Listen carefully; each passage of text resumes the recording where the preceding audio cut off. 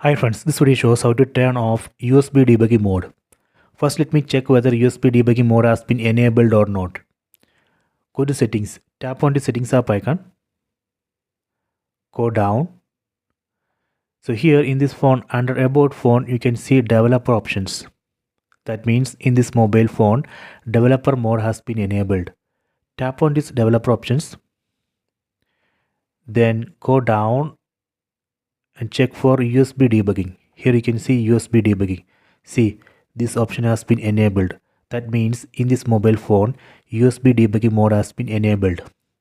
Next I will show you how we can turn off this USB debugging. We can just tap here and turn off USB debugging mode. Here on top you can see developer options on off button. We can turn off developer options here. Just tap here. Done. I recommend to disable developer options after the use because of security issues. Let me verify. Go back. See, now under about phone it's not showing developer mode because I have completely turned off developer options. This way we can turn off USB debugging mode. Please try this. I hope you have enjoyed this video. Please subscribe this channel. Please like and share the video.